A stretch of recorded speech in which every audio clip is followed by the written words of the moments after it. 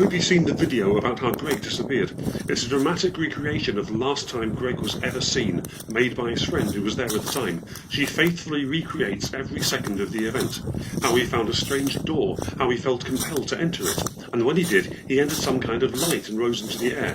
And that's the last time anybody ever saw Greg, or it was until yesterday. If you have any sightings of Greg or anything that might be Greg related, please make a video so we can share sightings with as many people as possible. That's how I found out about Greg. This is my story and this is what I saw. Last night my wife and I were walking through these woods. We saw what looked like a fire in the distance. We went to see what was up, and it seemed to be coming from the bottom of one of the trees around here. Then we saw what looked like a piece of burning ember floating into the sky. It was getting dark, so we had a really clear view. Then we heard someone shouting, "Greg, come back! Greg, come back!" We kept watching this burning ember float higher and higher, but as we got close it didn't look like an ember at all. It looked more like a butterfly or something, but glowing. Now my wife has better eyesight than me, and she said it looked like a tiny little man with wings, so we had a good laugh about fairies living in the forest. And we decided to call our fairy Greg because that voice kept shouting, "Greg, come back."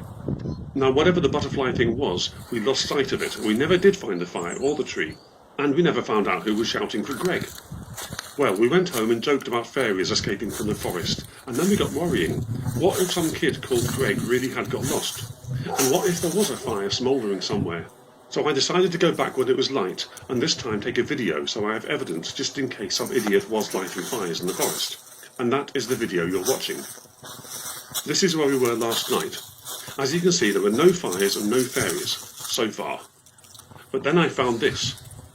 Look closely at the bottom of that tree. I'm not imagining this, am I? It is really there, right on the video. There is an actual door at the bottom of that tree. Now, I've read a lot of fairy stories when I was a kid about doors in trees, but I never thought I'd actually see one. Now, this next part will freak you out. Well, it freaked me out.